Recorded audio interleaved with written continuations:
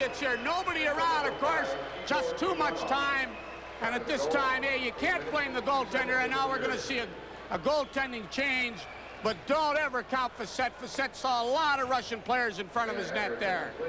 Gus Morschauser of the Kitchener Rangers is going to replace Stéphane Facette in goal for the Canadian team. But you can't blame Facette, the #2 choice of the Quebec Nordique in the 1988 amateur draft. Was bombarded in the first period, and he has had Soviet players all over him here in the second as well. Well, absolutely not. You can see what a competitor that kid is. You know, he's hurt inside, but I'll tell you what, he made some, you know, 6-1 for the chances, some of the chances the Soviets have had here, and the saves that he's made. It could be a lot worse.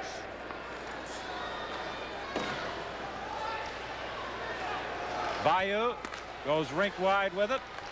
11 minutes remaining in the period. 6-1, the Soviets in front. Vaivskovsky drops it for Gordiuk. Gordiuk goes back to the Canadian goal. Lost it there to Lowen. Lowen can't move out. Gordiuk gets it back of the net. Here's a shot right on, and Morschauser makes the save. At the side of the net, Vaivskovsky trying to go to his backhand, gets it up, ring it off the post. Tyspikov let that go off the post. In this second period, the Soviets all over the Canadian team. They certainly are. You talk about this game played with emotion. Canada's down, they're hurt emotionally, they know the score, and this other team says, hey, we want more, the Soviets say. Deflected in, but Lowen was offside. 10:09 remaining in the period. Gus Morschauser has replaced Stéphane Facette in goal for Canada. He has seen action in only one game. He played against West Germany in a 7-4 Canadian win. Well, he gets a test there now. Here's a shot. Look at where you are, where you're firing that puck right off the post. You talk about that being a goalie's best friend. We saw an example of it. Desjardins in his own zone. Lead pass deflected down the ice, right on the Soviet goal. Zubov for Kristich. Kristich checked by Desjardins, and Desjardins gets the puck for Canada to Jamie Leach. The crowd reacting to the Canadian team. He tried to center it, but Kristich knocked it to the corner. Now Ricci gets it back to the point. Jeff Smith with a shot, and that is deflected up over the glass and out of play.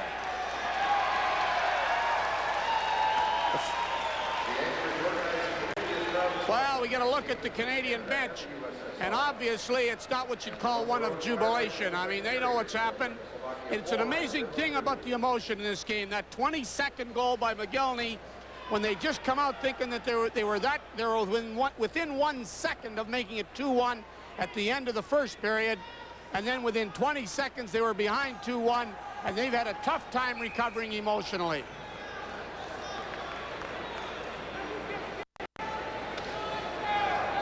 It's a 6-1 game, the Soviets in front. And as we look at that scoreboard and a 6-1 Soviet lead, I look over at Mike Murray, the public relations director, who is keeping stats for us, and he says he can't remember the Canadians ever losing by more than 4 goals since the national team was formed. Can you, Sherry? No, as a matter of fact, I can't remember either. In Hamilton, it was a 4-1 loss, and it was a fairly close game right till the end. As a matter of fact, our records are very, very close, and we can't forget something. You know, Canada's loss to Sweden was their first loss in 13 games of international competition. So let's not forget what's happened here. Fired down the ice, and this will produce an icing call by the Soviets with 9:10 remaining in the second, and the Soviets taking total control. They're in front by 5.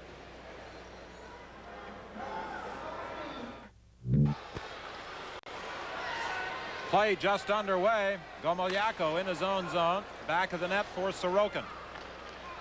Up into the center ice area, and what a hit there as the Soviet player was decked by John McIntyre. He caught him with a hip.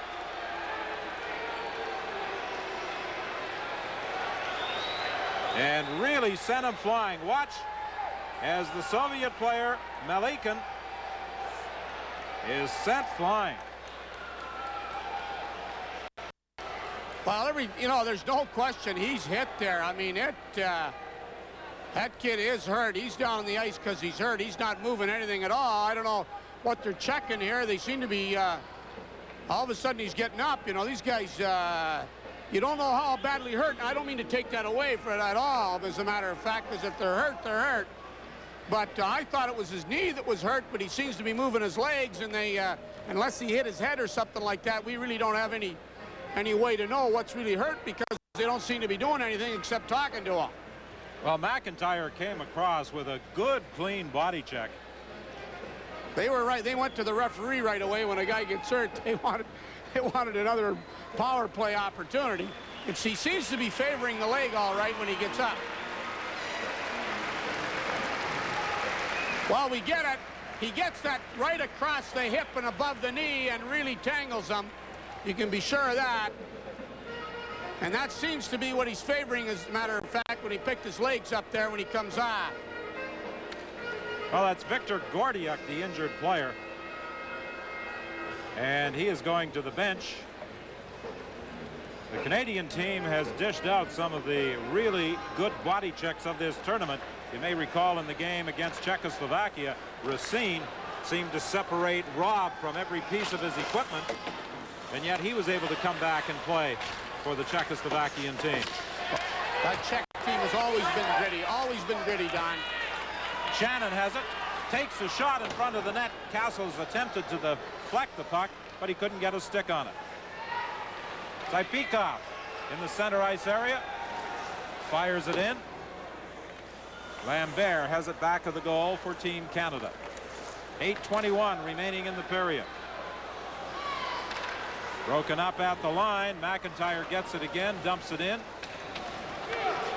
And it's Baikovsky for the Soviets, bringing it back. Baikovsky has been pretty much a fourth liner during most of this tournament for the Soviet Union. But he's seeing more action in this game than he has in some of the previous contests. Kristich in across the line, drops it there for Bure. Bure bumped in against the boards by Desjardins, and Ricci has the puck for Canada. He plays it off the glass and out. Malikin takes over for the Soviets. The big defenseman fires it in deep. As a matter of fact, he puts it up over the glass and out of play. Well, you talk about a miracle on ice, and Eric Desjardins was there with the gold medal in his hand last year in Moscow, and you can be sure the Soviets remember losing that gold medal last year, and he's here. He's done a great job of leading this team this year. As a matter of fact, he's been a stalwart on the blue line, played all the specialty teams, and he's sitting there dejected. He knows what it's like to be on the winning side and the losing side, and if you talk about miracles on ice, when you're behind 6-1 against the Soviets, that's what they're hoping for right now, that Canadian team. It's much more fun being on the winning side, too. Sure is. I know exactly what you're talking about. Going back after it is Ivanov. Kennedy went charging in with him. Back to the line. Vayu hit the side of the net. And the Soviets clear the zone. 7:13 remaining in the period. Stolen by Kristich. In across the line. Kristich getting set. Saved by Morschauser. Panfalenkov in the corner trying to get away from Racine. Still has it. Looking into the slot. Ivanov moving in. Puts it wide. Canada comes back, led by Bryn Damour, as the Soviets came close to adding to their 5-goal advantage. Ivashkin on that rolling puck simply drops on top of it and holds it for a face-off. You know, one of the things, we seem to key in so much. We're behind 6-1 here. We got to remember, as we said, we talked about the key loss to Sweden. It's Canada's first loss, correct me if I'm wrong, Don, in 13 games in international competition at the junior level. Then they come back, so this will only be their second loss in 16 games. So we don't overshadow the fact what a good job they have been doing. Bure has the puck for the Soviets. He was trying to hit McGillney in full flight in the center ice area. McGillney behind his back to Fedorov, going in. Morschauser's got it. Well, even Fedorov who I think is a centerman, is one of the best quarterbacks. He played last year. He's talking to himself right now. And give that Gus Morchauser coming in here cold like that when they're down, and he's only played one game. But watch Fedorov. He's got clear sailing. He's going and he says, listen, I'm going to take it to my backhand. Morchauser stays with him and grabs it out of the air. That Morchauser kid that plays for the Kitchener Rangers was a free agent. He just wouldn't give up. He went in there, was not drafted in junior hockey, stayed with it. Hey, that's staying with that puck. And that Fedorov, he's a world-class player. Make no mistake of that. He was a member of the All-Star team last year along with McGillney, and they are the only two members of last year's All-Star team who are not playing professional hockey this year in the NHL. Greg Hoggood is with the Boston Bruins. Theron Fleury was just called up to the Calgary Flames. Teppo Numminen is with the Winnipeg Jets, and Jimmy Waite with the Chicago Blackhawks. He would probably have been with this team had he not suffered a broken collarbone just before the Canadian team went to camp. Does that tell you a little bit about the quality? I mean, this is a who's who when you talk about Gustafson and McCourt, Silton and Gretzky and Naslund and Stastny and Steen and Tarasov and Lindbergh and Lube and Larionov. I mean, you can go on and on. It's a who's who of hockey that's played in this tournament. So, you know, when you only lose 2 games in 16, and this is a who's who of hockey of 19 and 18-year-olds, because almost all of them go on not only to play, but most of them stars in the NHL. Fired in, Leach after it. Leach takes a shot, hits the side of the net. Picked up by Shannon. Shannon out front, and Leach was waiting for that pass, but it was intercepted by Bajkovsky. Leach brings it back for Canada. Leach takes a shot, glove save, big rebound dumped to the corner by Udine. Racine was unable to keep it in. He waits for his teammates to clear the zone before shooting it back into Soviet territory. Then it's fired down the ice. And with 5:26 remaining in the period, an icing call against the Soviet Union. Well, it takes a few minutes every period, it seems. They've played some very, very good hockey here. They've had some pressure. They've had some chances. They're obviously not reading the scoreboard, which says something about how they've regrouped a little bit here. They got to forget about that score now. Now it's a question of playing for pride. Let's break it down. Let's chip it down 1 or 2 at a time. Let's not be blowing out. That's what they got to be saying to themselves. That's what they got to be talking on the bench. Reg Savage in the face-off circle. Gets it back to the point. Foster with a shot. Caught and held by Ivashkin. In goal for the Soviet Union. You know, one of the things that we were talking about, and I'd heard today, I was at a dinner here with the Rotary, as a member of Rotary in Canada, and about the few rinks that they have in Russia. But in effect, it doesn't look like, it looks like they got a lot more than we have, the way they're playing today. Reggie Savage, drafted by the Washington Capitals. General Manager David Poyle of the Capitals was here observing him during the tournament. We talked about the number of National Hockey League scouts and general managers in attendance. I think better than 60 applied and received accreditation for this tournament. Jack Button, the scout for the Capitals, was also here, and they were keeping a close eye, of course, on Reggie Savage. He's got a good touch around the net. David Poyle was here too. I think he came in for at least a week or so. The general manager of Washington. Malikin for Kristich. He stopped at the line. Brind'Amour comes in across the line looking for Savage. Savage had to reach out for the puck.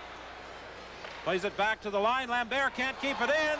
Panfilenkov breaking out, and Lambert brought him down. Lambert looked at the official. I'm sure he thought he was going to be called on a penalty, but there was no whistle. The Soviet player looked too. I mean, he took a little bit of a dive. He could feel. Of course, everybody does it. All our players feel if you can get that little extra fall and get the referee's attention. But unfortunately, not to his benefit. The Soviets trying to win their 8th World Junior Hockey Championship. They won in 77, 78, 79, and 80. Then in the 82 season, the Canadian national team was formed. Prior to that, Canada had been represented by junior clubs.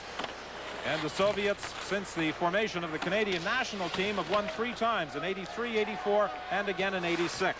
Canada has also won 3 times, the national junior team capturing the gold medal on 3 different occasions. That's also an interesting stat. That shows you how close since we put the national program together, they've each won 3 gold medals.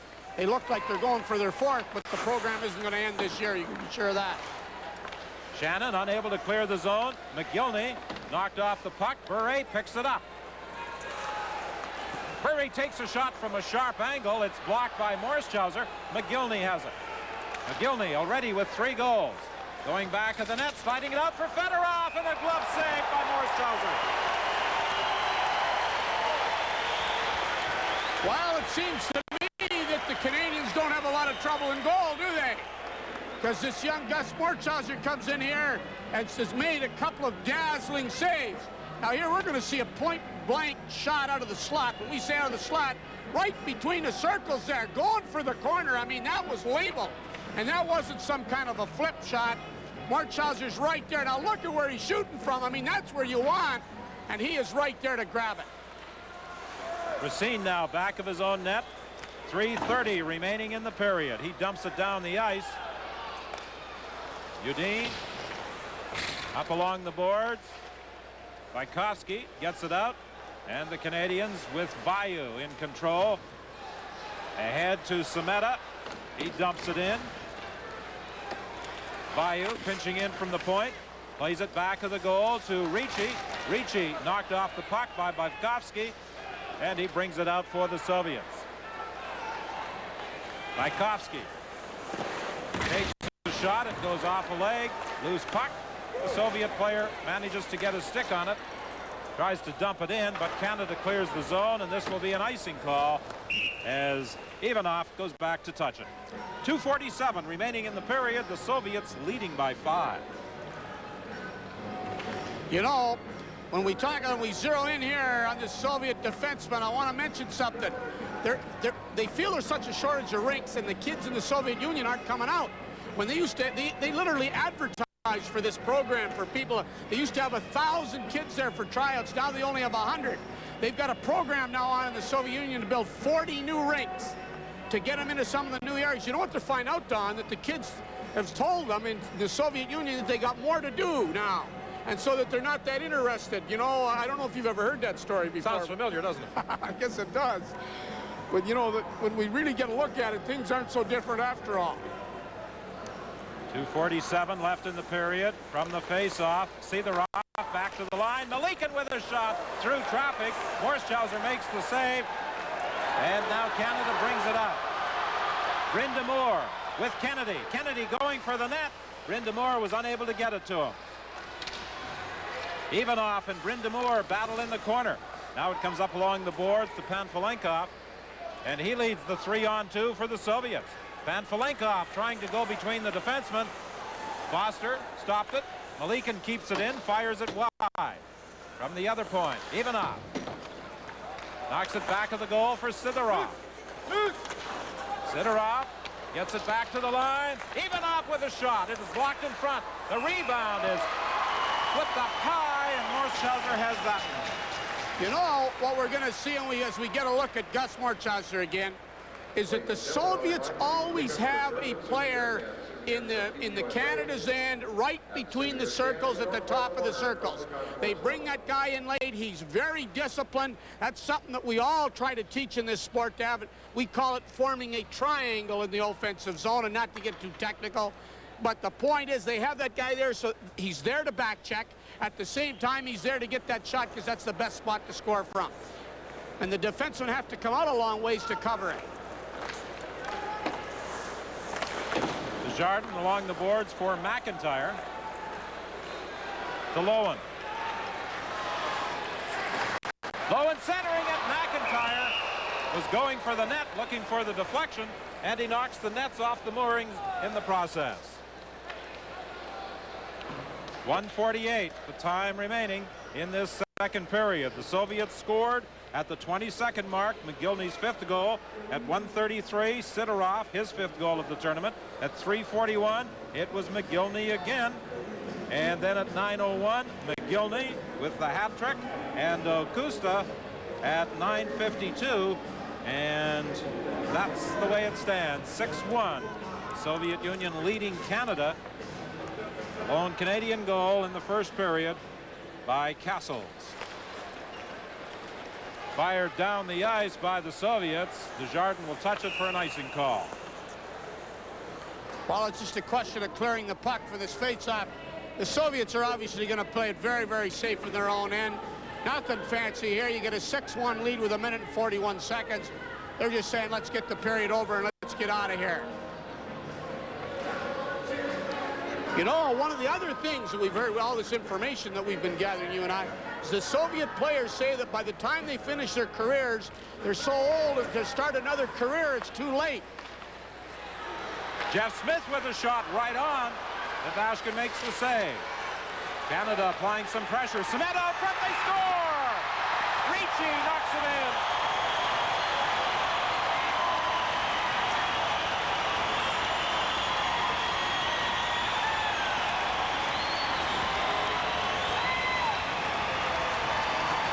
Ricci, who's a credit to the Ontario Hockey League, a credit to the Peterborough Petes. He stands in there and takes punishment. When you're going to stand in front of the net like that, you're going to take a lot of heat, as we say.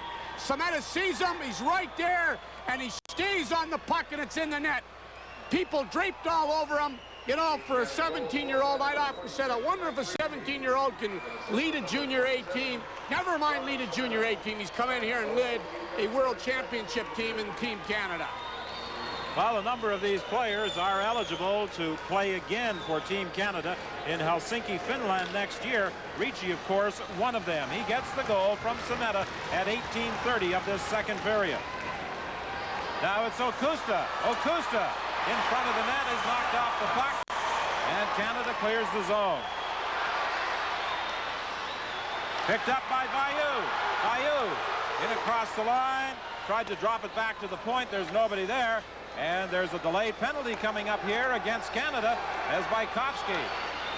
For the Soviets, circles back into his own zone. They get the extra attacker out there. We're into the final minute of the period. McGillney for the Soviets. To Saipikov. To McGillney. He tried to go rink wide, and as it's touched by Racine, the whistle goes. Another slashing call against Canada. Seems to me a slashing call out of the play. One of the things, you know, we talk about, you can't be getting those kind of penalties out of the play, no matter whether the score is 6-2 or 2-1. Bayou is going to the box. That occurred behind the play after he had gone in deep and threw it back to the point. There was nobody there, and he was called for slashing. Sometimes there's a little frustration. You throw a pass emotionally.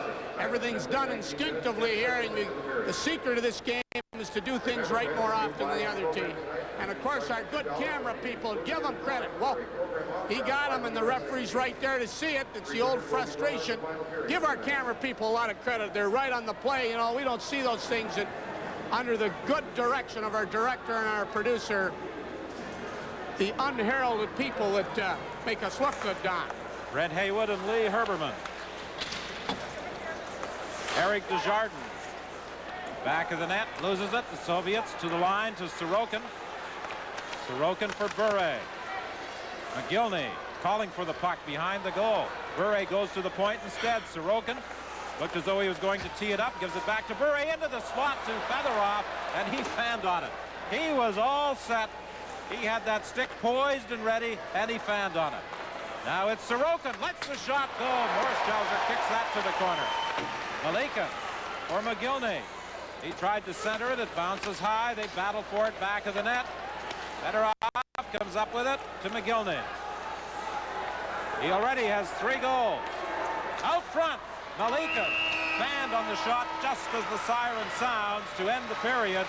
1:10 still remaining in the penalty to Bayou. The Soviet Union leading Canada by a score of 6-2. Brian?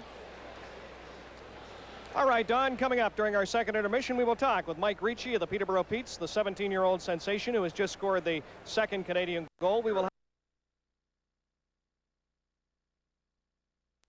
got to earn it as an individual also, and it's an interesting comment to hear from that executive of the Federation and Soviet Union. Well, of course, Vyazmikin and Tatarinov were 2 outstanding members of this Soviet junior team. Well, Don, we talk about going back in this tournament. and I mean this quite respectfully and not just to make you feel good. You do a lot of hockey. You've watched a lot of hockey. You come from a hockey hotbed. You're a senior play-by-play man, and you've been watching international competition and calling it. He's got a rate as one of the best you've seen, I'm sure of it. And what about that whole line? As a line you and I have visited, I don't remember in junior hockey a better line as a group of 3 players. I don't know if you do. Well, I'm sure that if the National Hockey League scouts in attendance thought there was any way that any of these Soviet players could get out of the country and join teams in the National Hockey League next year or the year after, there'd be a lot of Soviet names in the very first round of the draft. Well, I told some of the general managers, I asked them specifically if they could get 2 or 3 of these guys, would you send your scouts to Florida for the rest of the year? They said without question, they'll take them. But obviously that's the point here. Here's the crucial situation. That penalty now, we talk about self-respect. They don't want to blow out. They got 1 minute and 10 seconds now to kill off that power play. And we know already how effective the Soviet Union has been with that power play and that added man. And you can be sure they're not happy yet. They just soon get 6 more. Gus Morschauser continues in goal for Team Canada. He replaced Stéphane Facette midway through the second period. Morschauser, since coming in, has not yielded a goal. He has made some tremendous saves. Here's a race for the puck. Canada going in. A backhand shot by Kennedy. And the save from a sharp angle is made by the Soviet goaltender Ivashkin. Long shot from the point as Smith stopped that long attempted pass by the Soviet Union. Bure comes wheeling out of his zone, gets away from Ricci. Bure can really fly, goes back of the net to McGillney. Back to Bure. McGillney at the side of the circle, back to the line. Godinuk over to the other side for Sorokin. Off the boards for McGillney. Back to the point to Godinuk. He takes a shot, deflected, score! They all count. You talk about understanding pool and banking the shots. That's precisely what happened, but I got to tell you, they laid that puck into him and it had eyes. It went in the corner of the net. And it was a good play by the defenseman instead of blasting and hitting somebody. Now look at us, I was telling you earlier in the game, that centerman for the Soviet Union, he sits out there now, the puck is thrown, just deflected as he's going the other way. Not Morschauser's fault whatsoever, not at all. In the net, 7-2. Fedorov got his stick on it to deflect that shot from the point by Godinuk, but the big thing the Soviet defenseman did was keep it on the ice. Exactly right, and read that guy deep. If you notice, they always score early in the period to get things going for themselves and take advantage of their opportunities. Eugene tries to clear, but Shannon gets the puck. He can't get a shot away as he was tied up by Panfilenkov. Eugene again trying to get it out. He's bumped by McIntyre. It's knocked up along the boards, and Shannon is back in the neutral zone. Shannon knocks it to the line, broken up there by the Soviets. Sidorov to Kristich. Kristich takes the shot, gets it back again as it bounced off a leg. Then he's checked by Foster. McIntyre unable to clear. The Soviets get it. Over to Panfilenkov, to Kristich in the slot. He couldn't get a shot away. He was tied up by Foster. The puck comes to the side of the net, and Morschauser covers up there for Team Canada. Fedorov from Bure and McGillney, although the defenseman will have to get the assist in that. Czechoslovakia ahead of Finland 4-2 at the end of the second period, and it looks as though Czechoslovakia is going to capture the bronze medal if they can hang on to that 2-goal advantage, because Canada trails 7-2.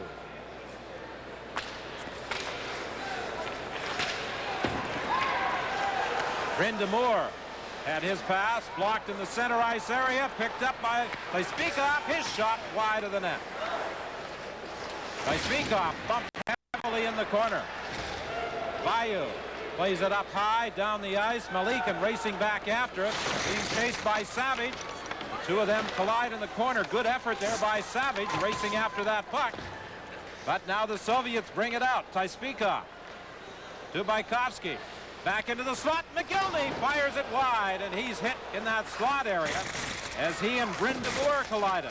It was Brind'Amour who sent McGillney flying in the second period after he scored a goal. Reg Savage comes back for Canada. He was trying to slide it through to Kennedy, stopped by the Soviets with 17:30 remaining in the period. The Soviets make a line change. Lead pass. Gomolyako stopped by Morschauser, and back comes Canada. Semeta through the center ice area. It's offside as Jamie Leach was ahead of the play with 17:15 left in the period.